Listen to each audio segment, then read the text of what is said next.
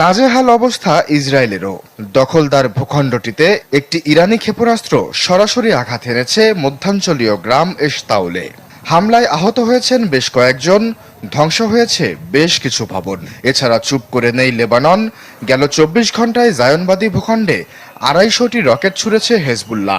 এর বাইরে হুতি বিদ্রোহীরা দ্বিতীয় দফায় ইসরায়েলের দক্ষিণাঞ্চলে ক্ষেপণাস্ত্র হামলা চালিয়েছে। আগ্রাসন তীব্র হয়েছে ইরানেও। মার্কিন ইসরায়েলি হামলায় তেহরানের উত্তরাঞ্চলীয় সাআদাতাবাদ ও পশ্চিমাঞ্চলে বেসামরিক এলাকায় ১২ জন আহত হয়েছেন। ইরানের শিক্ষা প্রতিষ্ঠানের হামলার জবাবে মধ্যপ্রাচ্যে মার্কিন ও ইসরায়েলি বিশ্ববিদ্যালয়গুলোতে আঘাতের হুঁশিয়ারি দিয়েছে বিপ্লবী গার্ড। এদিকে যুদ্ধবিরোধী বিক্ষোভ ছড়িয়ে পড়েছে যুক্তরাষ্ট্র ও ইসরায়েলে। নিউ ইয়র্ক, ওয়াশিংটন ডিসি ও লস অ্যাঞ্জেলেস সহ প্রায় সব বড় মার্কিন শহরে নো কিংস র্যালিতে লক্ষাধিক মানুষ রাস্তায় নেমেছে। যুদ্ধের পক্ষে নেই ইসরায়েলি নাগরিকরাও।